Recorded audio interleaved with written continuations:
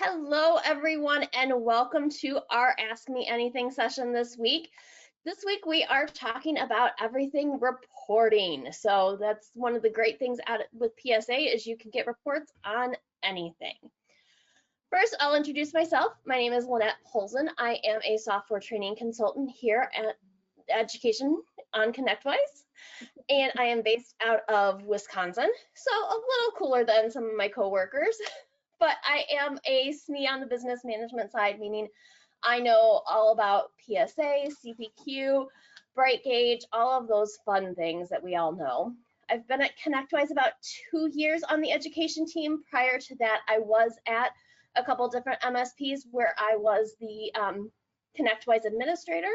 So I've been in your shoes, I've done some of the struggles, and I've tried pushing for things. So I know what you're feeling, and I just love helping partners improve their process. That's why I'm here. I like to make things easier for you. I know you spend a lot of money on ConnectWise, so let's help you get what you need out of it. I am joined by my friend here, Sarah. I'll let her introduce herself. Hi, everybody. My name is Sarah. I am an Associate Partner Success Manager here at ConnectWise. I am based out of Pensacola, Florida, so it is still hot compared to where Lynette is. So if you're in Florida, I'm struggling with you. I worked in our support department for 6 years before I transitioned over to our Partner Success team. So I worked on the DMS side, so I am fairly knowledgeable in PSA, a little bit of CPQ, and Bright Gauge, just out of using it as experience. And then just a few personal things about me. I love doing puzzles, and I love my dog Rogue. I included a picture of him here because he is locked up because he could not behave himself this morning.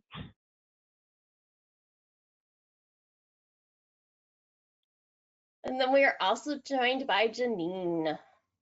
Well, good morning, everyone. Janine Sullivan. Most of you may know me. I'm a senior principal business advisor for ConnectWise. I'm based out of Ohio, so like Lynette, it's about 50 degrees at the moment. It was 45 on my walk this morning.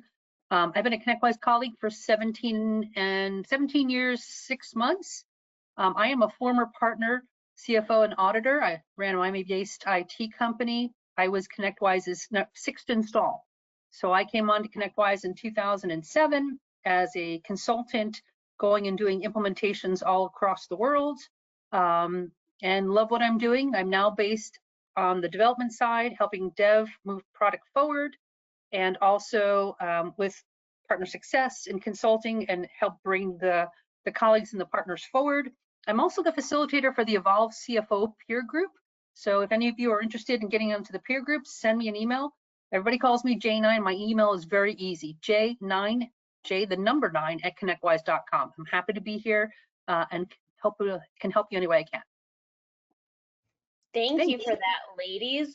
So you have a wealth of knowledge here, people. So ask your questions. We have a couple of things that we prepared that we'll talk about, but go ahead and while we're talking, throw those questions in that question pod and we will get to them shortly. So the first one that Sarah and I put together was, she hears this a lot. How can I use reports to get more information out of my business? This is why we're all here, right? We want to know what we can get out of our business, how we can be more successful, where we're making money and where we aren't. Sarah, is there some things you wanted, tips and tricks you wanted to share? Yeah, so it's really useful to see the reports to see what's going on, but also take a proactive approach to seeing how you can tackle issues before they become bigger. So a couple of examples that I give to the partners that I work with is using these 4 reports I love and live by. The hours by service type report. That is where you can use to see how much time you're using based on a certain type that you have on your tickets to see how much time those tickets are taking. That can evaluate whether you need to charge your clients more for that particular service, or you can see why is it taking that long, and maybe it's a training issue you have with your team. Another one is the service type, subtype, and item report. You want to see trends that you have going on with the tickets that you have on your service desk. Maybe see why are we getting an influx of these certain types of tickets, and couple that with the company service report to see which companies are reporting those tickets the most, to see if it's an issue specific for a client of yours, or is it an overall issue that you're having with maybe a service that you're providing. Another couple ones are the agreement gross profit report. If you use agreements, you can use this report to show data to determine whether or not you're maximizing the profits, to see with your clients and how you're doing with that.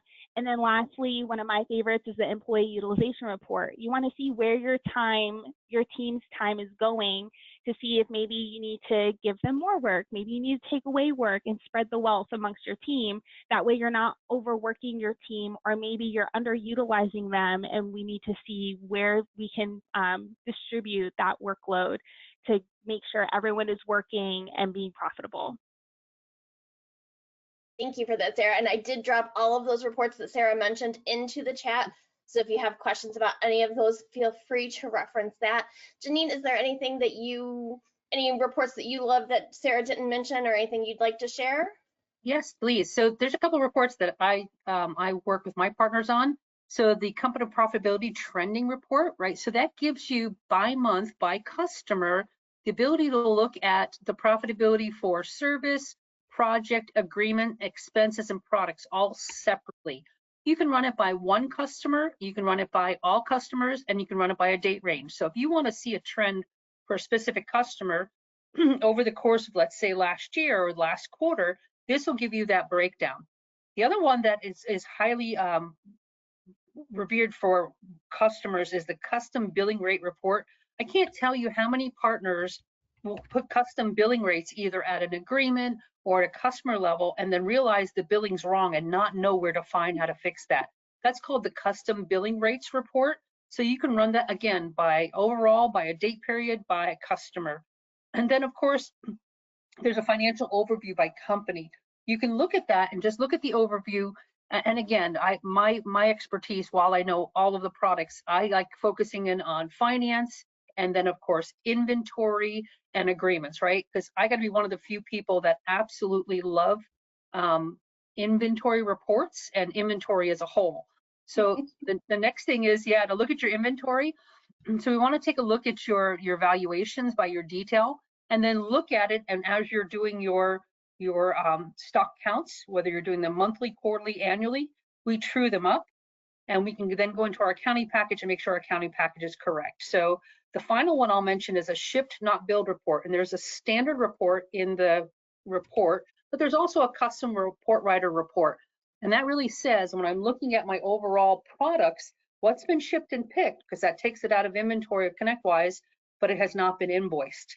So keep that in mind. It's out of your inventory in ConnectWise PSA, but your accounting package has not reflected that because we have not invoiced it over. So that's another really good one that I like using.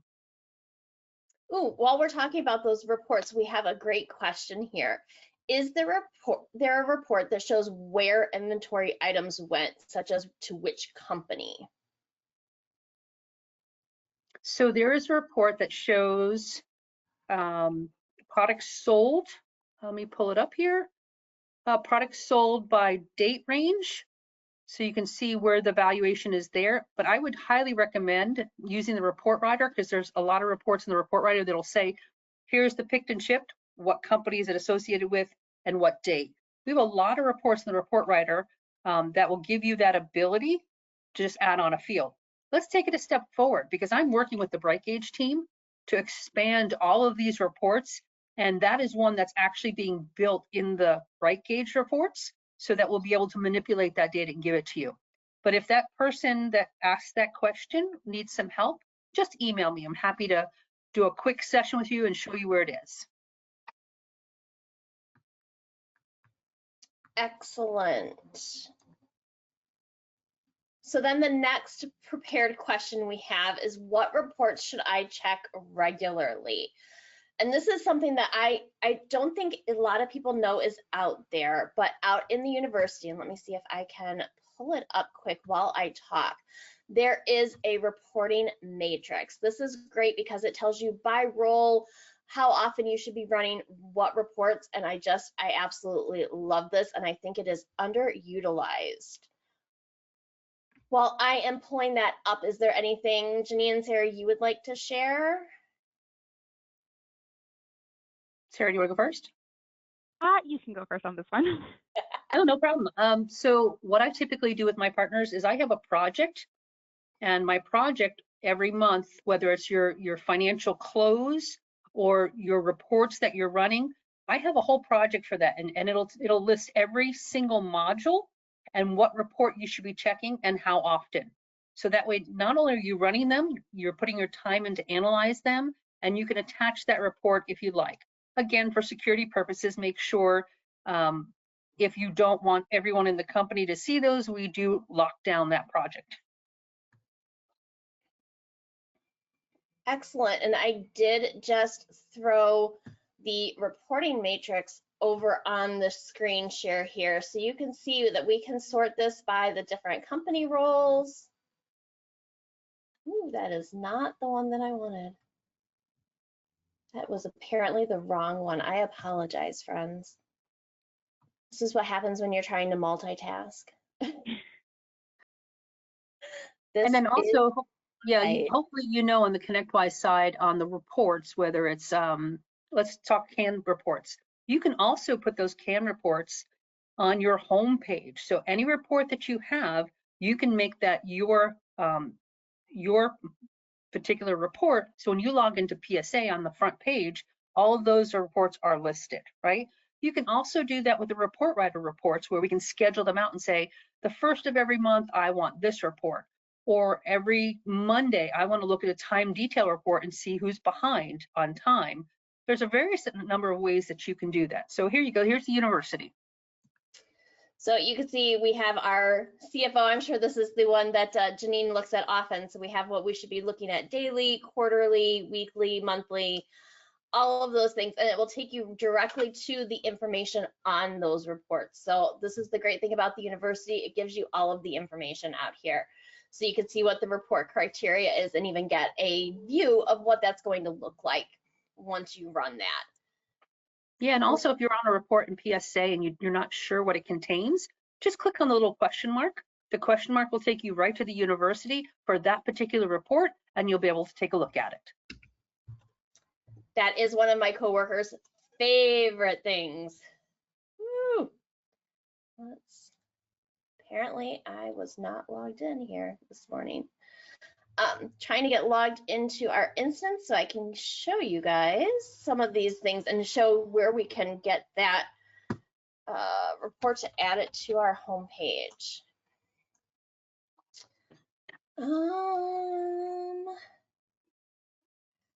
Let's see, while I am trying to get logged in. Do you want me to share? I have mine up. Oh, sure. If you want to share, Janine, that would be awesome.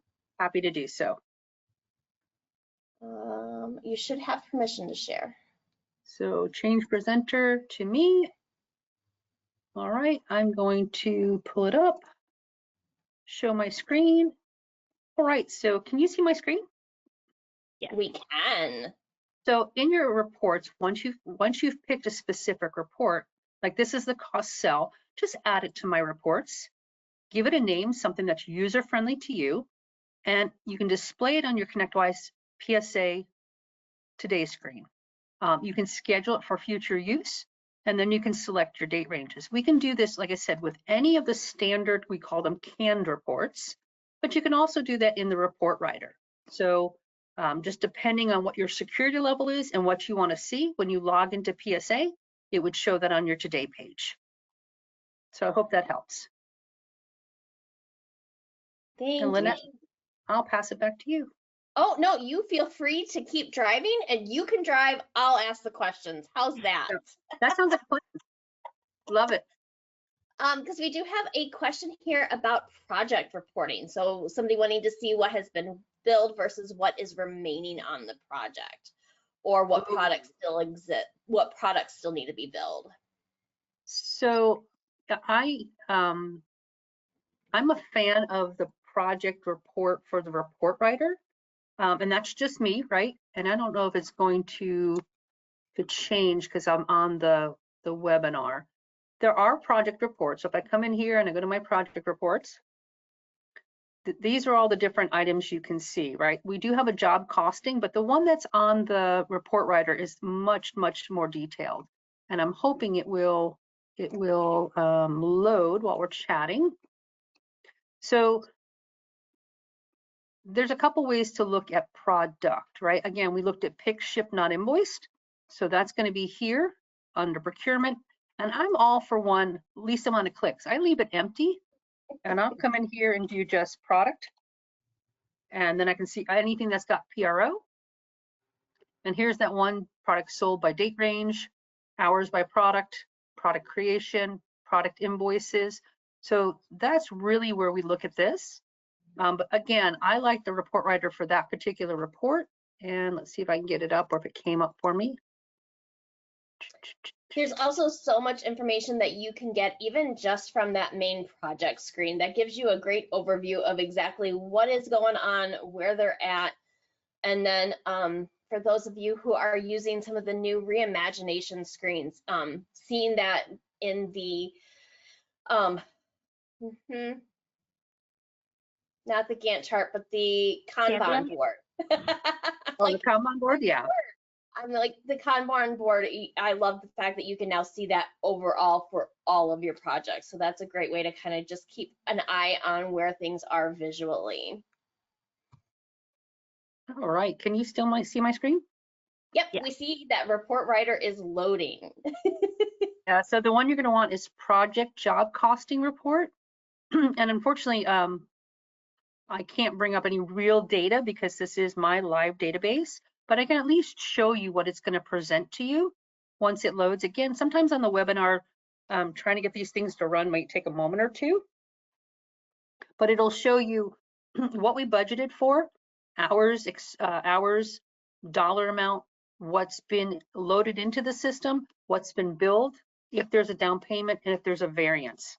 This is one of the newer reports. And again, I will tell you that we are recreating probably 27 of these reports are being recreated in BrightGauge, because let's face it, I have a background in programming years and years ago.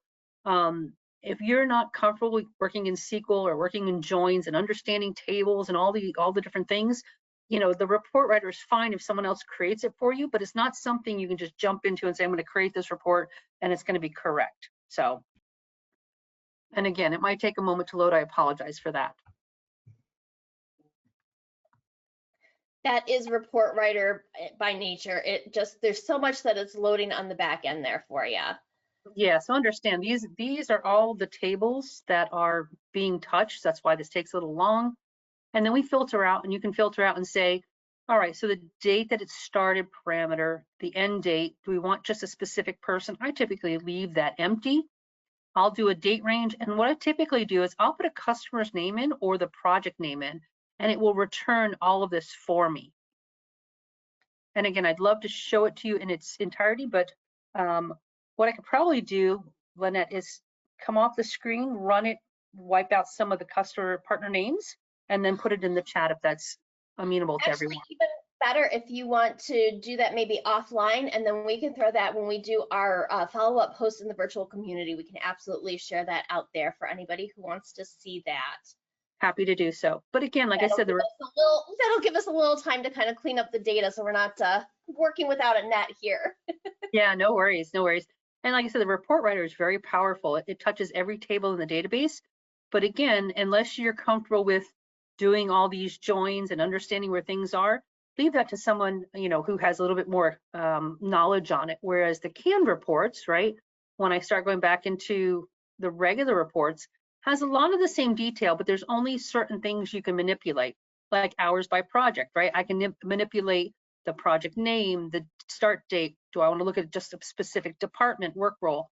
So you can do some filtering on the canned reports, but you can't change a particular field. Just keep that in mind.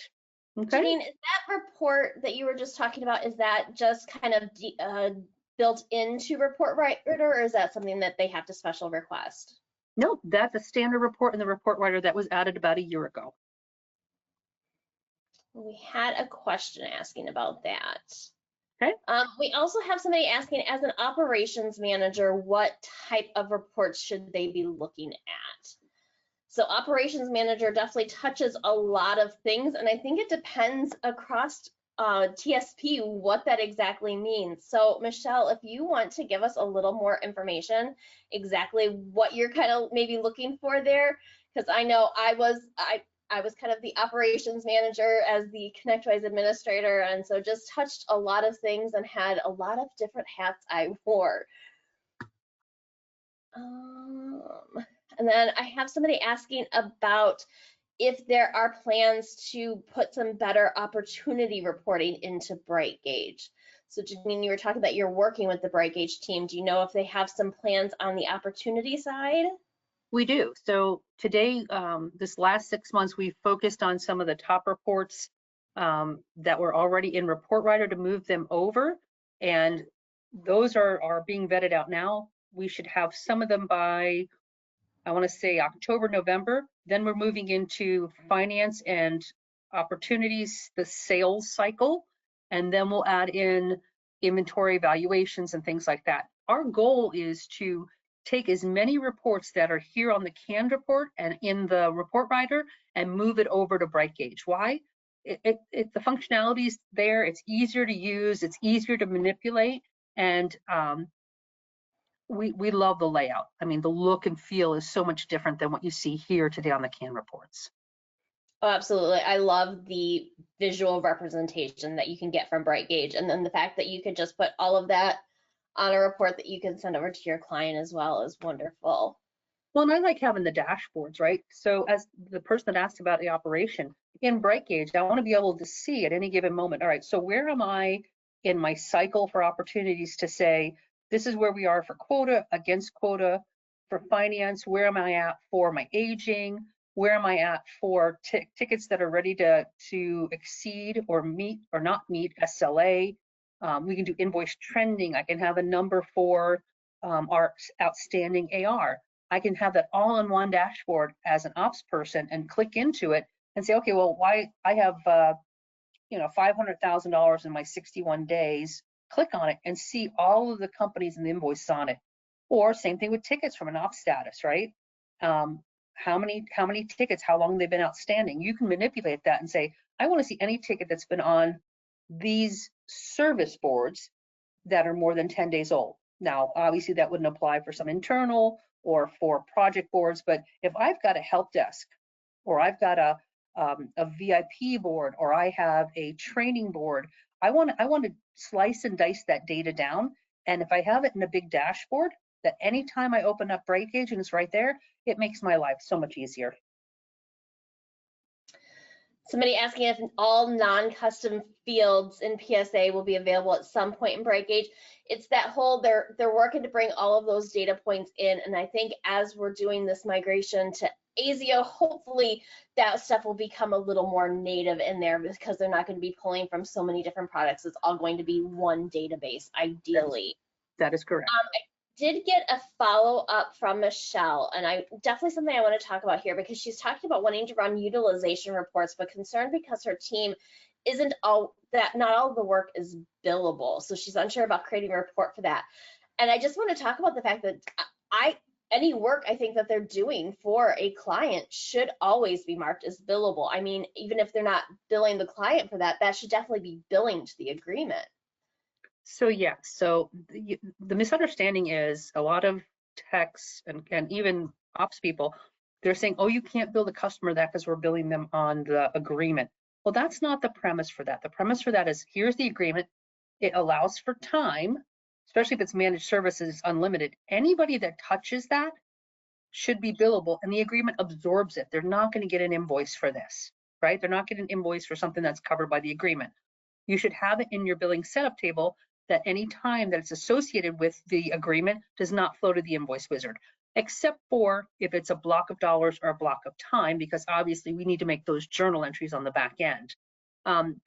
Where it gets a little dicey is we have partners that say they're only allowed 10 hours a month, right? So 10 hours a month, and we're doing work that potentially, is it covered? Is it not covered? So that's going to be a business decision for the service director, service manager, ops manager. But typically, if it's an all-you-can-eat, all-inclusive agreement for time, anytime it gets put against that customer should be billable.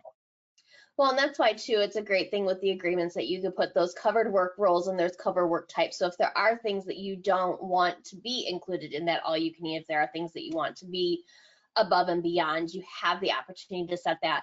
And then as you were talking earlier, Janine, you can also set custom rates there. Correct.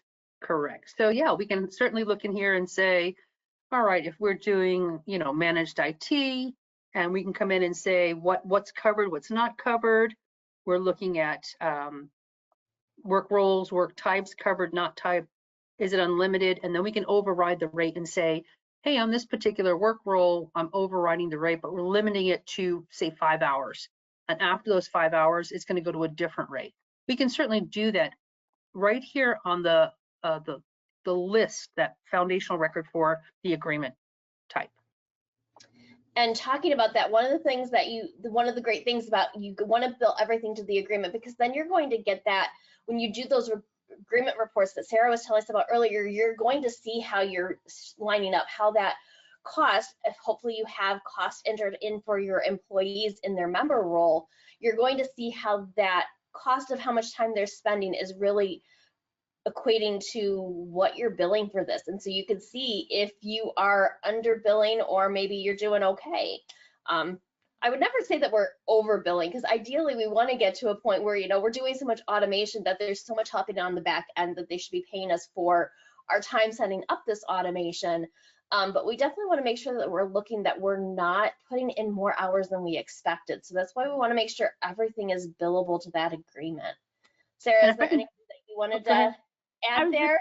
I was just going to notate, I ran the employee utilization report in a previous role. I lived by that report, and it does separate time between billable and non-billable. So if you do want to only look at the non-billable time and maybe exclude billable, you are able to do that with that standard report. Unfortunately, that isn't a standard report in Report Writer, so you wouldn't be able to add fields, but you can certainly build in Report Writer if you know how to use it.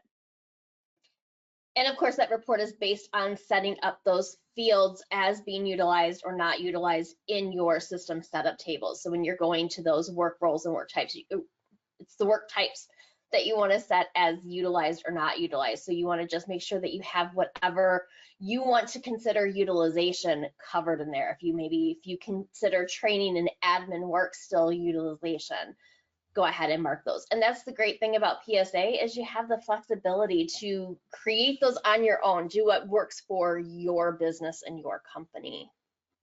Yeah, and if I want to add just two things. So on the university, we have how you can do your employee costing, right? Because we have a whole list that says, yes, here's our hourly rate, but we want the burden rate on it. And so if you're on the university, you can maybe you'll put the link in there to show, depending if you're in the US or across the pond, on how to do those calculations. But I'm going to give another plug, right? For those of you who are not part of the Evolve peer groups, that we put out a report every quarter. You put your financials in, and there's some other data to put in, and then we'll benchmark it to you and say, hey, this is best in class. So best in class might be 2.6 utilization of your overall technical support team, and you're at a 1.5. And we'll teach you how to do the different levers to say, what do you have to do to turn that up to the 2.6? Whether it's on your EBITDA, whether it's on your service utilization, whether it's on agreements, that's all. There's some really, really good data. And again, I'm going to put a selfish plug in for the IT Nation Evolve team. Sarah, I do have a quick question for you, because I have somebody asking about getting on a training call for some of that billing and stuff. Where would they reach out to get in touch with Partner Success to get something scheduled? So you can reach out if you go to your home.connectwise.com. You should see in the upper right-hand corner on the main homepage your account team. You should have a Partner Success Manager assigned to your account. If you do not know your credentials for home or whatever reason, you can always email partnersuccess@connectwise.com.